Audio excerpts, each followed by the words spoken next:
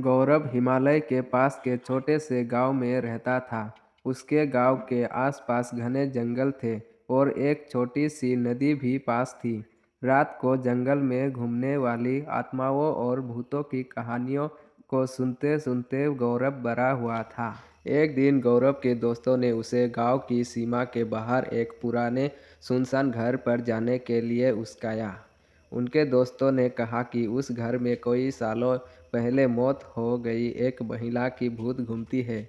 उसने अपने दोस्तों की बात मान ली और उस घर में जाने के लिए राजी हो गया। जब गौरव घर के पास पहुंचा, तब उसे बहुत डर लग रही थी। घर बिखरा हुआ था, जिसमें टूटे हुए खिड़कियां थी और एक दरवाज़ा था जो खोलने पर जोर से आवाज़ करता था। गौरव सावधानी से दरवाज़ा खोला और घर में दाखिल हुआ। घर के अंदर का माहौल बाहर के जैसा भयानक था। छत से जाले लटक रहे थे। हर कदम पर कुछ न कुछ सामान बिखरा पड़ा था। अचानक गौरव को ऊपर एक आवाज़ सुनाई दी। उसे लगा कि आसपास कोई चल रहा है।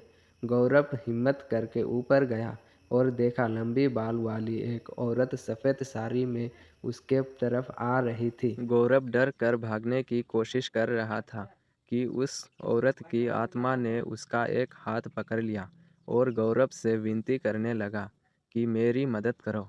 यह सुनकर गौरव चौंक गया। उस औरत ने कहा कि वह घरेलू हिंसा का शिकार हुए हैं और उसके पति ने उसकी हत्या करके इस जंगल में दफनाया है और तब से उसकी आत्मा इस घर में कैद हो गई है। यह सुनकर गौरव ने उस आत्मा की मदद करने का सोचा और उससे वादा किया कि वह उसे मुक्ति दिलाकर रहेगा। गौरव अपने दोस्तों की मदद से उस आत्मा की शरीर को ढूंढ पाता है, जो कि उसे एक पेड़ के नीचे मिलता है। फिर गौरव पुलिस को यह सूचना देता है और पुलिस उस आत्मा के पति को गिरफ्तार करता है और कोर्ट उसे आजीवन कारावास की सज़ा सुनाती है। गौरव एक पंडित को लेकर उस घर में जाता है और पूजा पाठ करता है। इसे उस आत्मा को उस घर से मुक्ति मिल जाता है और वह गौरव का धन्यवाद करती है। गांव वाले सभी गौरव के इस कारनामे से प्रसन्न होते हैं और उसे इनाम देते हैं। उस दिन से गौरव को भूत और आत्माओं से डर लगना बंद हो जाता है।